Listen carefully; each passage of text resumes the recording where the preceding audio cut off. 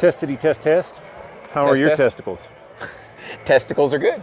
All right, this is Danny with the Crypto Show, and we're here doing an episode for the Nonconformist series, something that is kind of a prelude to Anarchapulco coming up, and I guess you would already know that because you're watching this on the Nonconformist series. And I'm here with this other dude. He's also part of the hair club for men. How do you like our hair? Huh? We've got that gray shit going on. Perfect, bro. Yeah. The lady's been trying to pick up on us, so we got to be careful. Anyway, this is Sterlin Lujan, fellow Texan. Although he's from North Texas, I'm not going to hold that against him. I'm from Central Texas, of course. Anyway, so Sterling's been around quite some time. He's presented at Anarchapulco a few times, and he's about crypto anarchy and alternative societies and just all kinds of different things. He's worked with Bitcoin.com. He's working with another one called Logos right now. He's always out there doing all kinds of stuff. So what are you working on these days? Yeah, so primarily I'm working with Logos. I do the communication with those guys, but the ultimate mission of Logos is to create infrastructure for network states and for parallel societies. And this is the digital infrastructure piece. So, and just give you a couple examples, like decentralized data, decentralized blockchain. Right? Blockchain should be decentralized, but I have to clarify that because not all of them are. And then the other important component is peer-to-peer communication protocol. So the idea is, a funny story is, a lot of people don't know this, but Timothy May, he wrote the Crypto Anarchist Manifesto, but he also wrote an important article in 1992 called Libertaria in Cyberspace. And his view was that we could create governance models where communities would associate around this governance model, and they would do financial transactions, they would do governance. It'd be like a community in the cloud, right? Except all decentralized. Now that's become modernized in this idea of the network state, right? And I won't go too far because we're still doing some introduction part, but the idea of a network state is that you would beam those communities down to the ground at some point. So anyway, that's what I'm working on with Logos at this point in time, but I also have an organization that I booted up recently called Polis Laboratories, and its goal is to provide governance frameworks. It's a research institute, provide governance frameworks to these network states. Like DAOs, or do you research DAOs and try to implement this? So DAO governance is an important part of it, right? Looking at things like quadratic voting, quadratic funding, et cetera. But we're more concerned with like boots on the ground micro governance. So you have software, right? You have hardware, right? And a lot of the stuff we deal with, but there's also such a thing as humanware, right? How do you deal with the relational components of people who are building communities on the ground? So that's something that we're really interested in solving. That also means applying the technology that we develop, with blockchain, with infrastructure, to people who are living in physical communities. And that's still an open question of how that's going to work. Yeah. So, and who's the governor? Right. Like, how do you design these systems and pick the right people for the governance, or the right systems to make the right choices? Like, there are many crypto DAOs that tried this governance model, and they worked well, and then they had flaws where the governance got co-opted by who owned more votes, kind of like the U.S. voting. Yeah, that's right. I mean, how do you decide who's the right person to be able to run these governance systems? Yeah, this is an interesting question, Danny. I think because one of the problems that we see when people start these new either network states or even if they started a DAO, they don't always have a preordained or a prearranged governance model, right? So that one of the reasons that there's coordination failures or these systems actually fail is because it's not always ironed out how it's going to run and who's going to, like, quote unquote govern it. So one of the things that I've seen recently, like what we have right now is really a petri dish for governance experimentation. And speaking strictly of network states and parallel societies, there's all these different network states and societies cropping up right now, really in a phase of vast proliferation of these, and I can just briefly name a few. So Balaji Srinivasan, who actually coined the term network state, he started the network school in Malaysia. We have Vitalik's zoo villages. Well, he created Zuzalu, which it originally was in Montenegro, but that didn't. This is actually, to your point, There was a bit of a power struggle there. They didn't know who. They said, Vitalik, are you going to govern us? Are you going to be King Vitalik? Yeah. And he said, no, I'm not going to govern it. So it splintered apart. I mean, my question is kind of actually focused towards blockchains. Right. I mean, although your governance structures probably pertain to other things, but like with Dash, they had their certain governance model, and it was the whole community that got to pick. But then I interviewed the Xeno guys earlier, and they have a governance model where maybe the devs get to make these choices, and you got to decide. Okay, should the plumber be deciding what code gets implemented, or does the dev guy decide, what size pipe goes on your toilet? You got to decide who are the right people to make these decisions. Are these automated systems that you're talking about? Are we talking technology or? Yeah, sometimes it's a bit of both, right? Sometimes it's so. In the context of network states, from what I've seen in my personal experience with Bologies, it was more of, okay, this is just going to be a human ordained governance model because there was no technology involved. So it was like, he's kind of a follower of Curtis Yarvin. So it's more like, okay, this is more of a startup model where I'm the founder and, so everyone else is kind of following that model. But in others, like in Zuzalu, for instance, this is to your point, they have a technology called ZooPass, where they can actually iron out different governance models that are more democratized and decentralized. So they try to decentralize the power among the members, leveraging a voting mechanism or apparatus. Do you ever talk with Chuck Williams about this? Interesting. Yeah, he has kind of a similar project he's been working on for years. I think he calls it La Dome Vitae or so. I don't remember exactly how to say it, but so. You know what? I love Chuck. We've talked a bunch, but we haven't spoken recently, so I have to hit him up on that and try to understand it. Yeah, but I think a lot of the times in these, at least not in blockchain, but in network state space specifically, it's still a lot of things are being done ad hoc. Right? People haven't ironed out governance and how it's going to work necessarily. They have a general idea. Like, I'll give you an example. In Zoo Village, Georgia, those guys are trying to build their community around more of a cypherpunk and crypto-anarchist ethos. And they wrote a document recently called the Directional Protocol, where they're actually trying to figure out how to do governance that uses ZooPass, that clusters their people into groups where they can vote, kind of like fractal democracy, right? So they're trying to keep the crypto-anarchist spirit alive while using technology. But it's really difficult because the technology doesn't always easily translate well to the ground and like direct human interactions. And that's where, like with our thing with Polis Laboratories, we're trying to figure that out. And again, it's a petri dish. It's very experimental in a lot of ways. Do you ever try to pattern these ideas after existing stuff? Like let's take Chiron here in Mexico, for instance, where they're using indigenous rules, and these are very old systems that they're putting back into play that they're using instead of like Mexican government. Do you pattern anything after these, like indigenous? Yeah. So I haven't seen. These things have been around for a long time. 1,000,000%, right? I don't know that. So I'm loosely familiar with Chiron, which is something in Michoacan, right? Yeah. So I haven't heard of anybody patterning anything after that specifically. But to your point, me personally, I would be interested in patterning a governance model after something like Gaelic Ireland and the Brehon law model, which worked quite well and was very libertarian for its time. Yeah. And so, yes, I agree. There's a lot of different things we can look at that worked, although they're a lot of times on the fringes, and a lot of people don't. And this is really interesting, Danny, when you say this, because a lot of people still have the mindset of, I know how to do governance. I know what's best for everyone else. So they come in and they just use something like a tried and not true model of either some form of democracy or monarchy that typically fails over the long term. So speaking to that, more people should try those models that have more of a freedom component, or a component where it works and people stay happy and they flourish and they live well within the context of that. So that's a good point, because I haven't seen that a lot.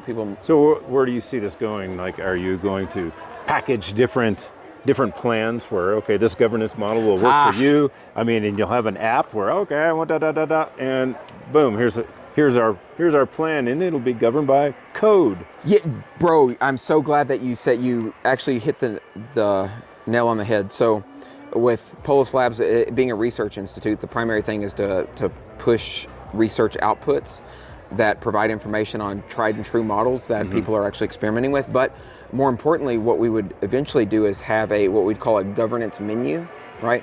Where we can allow people to pick and choose, and this could be appified, et cetera. Yeah. People pick and choose what governance models work based on what people are experimenting with right now. And, say Zuzalu or Balaji's thing or Edge Lana or Edge Chiang Mai, anybody could try.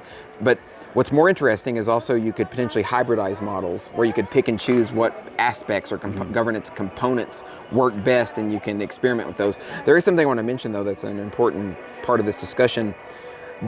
Even if it works in one part of the world and you have boots on the ground, doesn't mean it'll work in another, because if you're building on ancestral land, you have to take in the local culture and the local communities as well. Yeah. Right. This is a problem Prospera had, right, where people weren't necessarily agreeing. Prospera? Yeah, Prospera is a network state that was developed in Roatan, which is Honduras. Okay. Right. But they're having some problems with the government because largely they didn't have local buy-in from the community, so it makes it easy for the government to attack them and say, all these gringos have come in, they look like neo-colonialists, and that's not a good look to have, and that completely... Fincas. Yeah. Yeah, that messes up their whole governance model and apparatus. Yeah. Oh, okay. Yeah, make some targets. See, Chiron's not the only place around Mexico that does this indigenous type of rule. You go down in Chiapas, there's a town called Chamula that has a similar thing where the Mexican government literally has to ask permission to come into the city. Right. Like they've completely gone back to tribal rule, and you got to ask the council and everything permission for it. But there's no one guy. It's they have a council, so like an elder council, et cetera. Yeah. Do you, excuse me. Are there any examples that are already going that you guys have worked on? Is there a group of people or something that you've already worked with? Or? Yeah. Since we just started, we're working primarily with folks who are just now getting their communities spun up. So there's a few folks who are just now starting. This is like cutting edge information, like new information. A couple of our friends got funded to create a network state in Japan. Oh, cool. And so we have a relationship with those guys already, and we're going to do some information sharing. And then there's some guys who are looking to create a network state in Rwanda. Yeah, in Africa. Cool. So yes, we're working with those folks right now, and also hit up Ray. He probably has good. yeah, right. That's exactly the guy. And also, Danny, I've been speaking with Derek and John. Of course, they have their communities as well. Derek in Mexico, and of course John in Texas. So they're going to be sharing their documents and stuff with us as well. So we're already moving really fast to try to. And this is the thing. Since time immemorial, governments have always just been, and governments, right, is different from governance. Yeah. Right? Government is the guys who try to control people. There hasn't been a true experimentation in how to organize society, prevent coordination failures, and prevent non-zero-sum games. So in order to now we have an actual opportunity to do that, so we can ingest the data, qualitative and quantitative, to help organize these societies in ways that keep people the happiest, right, and that keep those societies maintained over the long term. Yeah. And I think that's I think it's a huge opportunity. Yeah. Where do you see anarchists at this point working with government, voting, things like that? I mean, what's the stance on that? Yeah, so some folks... Yeah, using government to coerce other people. Yeah. This is kind of a funny conversation because Balaji, in his book, The Network State, he defines a network state as an online group of people, right, who beam that community to the ground in crowdfund territory. But he also thinks that part of that definition is that these communities should gain diplomatic recognition from the state, right? Right. And of course, we would all disagree with that. That's not smart. Why would justify and validate a broken, dying order? Well, right? I mean, they're doing the exact same thing with Lieberland. Lieberland is that. Right. They're trying to gain recognition. Yeah, we would say, I personally, and I would assume you do and a lot of other people, that's not, especially in the anarchist space, that's not really a good thing, right? Why would you? Because that just makes you subject to their rules and their whims, and they can act. I mean, it might protect you, give you some protection, but then you're just you're a vassal state to some degree. So this is one of the reasons why I like working with logos, because those guys, they have a mindset toward building the technologies that create that dark forest infrastructure, allows us to work and be as free as possible without having to worry about dealing with the state directly. So I think we have to continue to build these ecosystems that don't rely on the state. Now, one point is this may be a bit of a strategy. Okay, if we befriend the state, we can grow larger, and then we can vie for full autonomy and maybe detach ourselves from that. But I don't know. Let's take the recent election, for instance. Obviously, things were not going well with the communism that was happening, and I'm not saying that Trump was any better, but there were some things that we can gain by taking that direction. I did vote for Trump because I wanted to free Ross. Yes. And so there are, do we participate in these things? Do we choose the one that is less evil just so we have a weaker enemy to fight? Right. Yeah, I'm extremely skeptical of a political answer, right? Yeah. I think that it's probably better that we have Trump rather than the alternative, but I'm sit more in the same camp as Derek Bros, where a lot of these guys are still attached to all the same people, and that they're just puppets for these folks. Yeah. So ultimately, things on a foundational level are likely not going to change. But I do agree with you. I think if Ross gets freed, that right there is a good enough reason for me to have, like Trump. Other than that, though, in terms of the state of affairs, you've got Kennedy who's claiming he's going to take the fluoride out of the water. Well, that's good. There's a few of them. Matt Gaetz, they all hate him. Yeah, maybe he's all right. I don't know, but they're definitely not all my ball of wax either. Right. I'm definitely voting that Ross should be free. And it's heading in a different direction. Sure. Money is freedom, and I think we're going to have a little more money, or a little bit better access to money. So that's my take on it. I think we should support the one that's easier to defeat. Sure. Or at least aligns somewhat with us. Yeah, I definitely sympathize with the viewpoint. I do think overall one of the reasons that, a lot of us agree that the West in general is in massive decline, right? The trillions of dollars, I think $36 trillion in debt, 106 some odd $1,000 debt per person in the U.S. The system is on, especially if the dollar somehow gets deplatformed as the world reserve currency and it loses its hegemony, then all of that hyperinflation is going to be realized in the U.S. We're going to see major collapse and fights. Definitely like ancient Rome and barbarians are at the gates. I feel like crypto anarchists are actually a part of the barbarians that are at the gate, because we're really exercising fundamentally an exit ideology now. Everyone's talking about leaving. I talked about this during my talk, but it's funny. I used to argue with people and debate with them online all the time. They're like, if you don't fucking like it, leave. I used to argue at that point, but now I'm like, okay, maybe we are actually leaving, right? Right. But I think, sure, if some political ideas actually affect some type of change and Trump does some good, that's great. But I think overall, it's like not going to penetrate some of the primary problems in the U.S. and globally. I think we're in a snowball effect of this like Malachian dynamic, or this race to the bottom that can't really be cured politically, right? And I think even someone like Balaji, who still like kind of likes politics, sees it clear enough to like leave the fuck out of the U.S. and to try to start up the network school. I stay out of the U.S. as much as I can. Right. And I don't really participate. What bank accounts I do use, I keep the absolute minimum to keep from going. like $5, if that's what I can keep in the bank, that's what I'll keep in the bank. I don't put anything in there. I don't want to feed the beast, but still, if I can weaken it in some way or help my allies in some way, well then, fuck it. I've been voting for SpongeBob since 2012.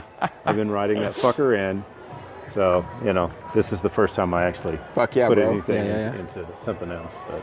I'm really happy to be here with you, Danny. I think things are starting to pick up in terms of our movement. I feel really good about where we're at. And now we have like a multi-pronged, multivariant approach to like tackling the I think there's a shift right now where normies that are more to the right are actually sympathetic to anything we would have to say. What the left is just so bizarrely, like my dad is a liberal, and he is so mad about Trump. Like, he took it out on me. I went to visit him the other day, and it like he took his anger out on me because he knows I hate the fucking liberals. And yeah, so you know, you've got some liberals out there calling, you can't even go to Thanksgiving with your family. Like, what the fuck? You're choosing these assholes over your family? Yeah. That's pretty destructive. Yeah. I mean, the whole thing in the U.S., I've said this before on a couple of talks. In some ways, the U.S. is a non-being. It's just not real, right? Everyone who lives there is not really focused on their lives in some regard. It's like they're so politically oriented. They're vying for the president. They're using so much human energy and capital, and they're expending so much glucose thinking about the politicking that it just fucking destroys the human integrity of that particular ecosystem. I think that's awful. This is why this is why network states are so important to me, because if we create parallel societies and establishments, we have an opportunity to actually end politics to some degree, because we allow people to go and openly go to different places and to live. People who share their values. Yeah, I think that's a key point. Yeah. Oh, another group to study for your governance ideas. Sure. Tumen. Yeah. They're right here in Mexico. Nice. Look it up and research it. Tumen. Okay. Tumen. It's really interesting. This is the non-Watel word for money. Nice. I'll show you later on the website. I've already started the wiki, so I'm cataloging all these different governance ideas. Okay. I have like the new ones. I'll have to. You gave me an idea to set up a section for ones that have been in existence for a while that may be relevant. Yeah, and you can just take features out of it and this and that. Good, right? Cool. Indeed. All right. Well, Danny, man, it's good to see you again. Yeah, much love, buddy. And, great hopefully chat. we can get you down to Acapulco in February. If not, this will be on the Nonconformist series. Absolutely. Peace. You guys, where can people follow you at? So, you can find me on Twitter at Sterlin Lujan. It's just my name. And then sterlinlujan.com, logos.co, and then polis-labs.com is my organization. The spelling of Lujan is L-U-J? A-N. Yep. L-U-J-A-N. Lujan. Okay. Cool. Peace. Cheers. Peace.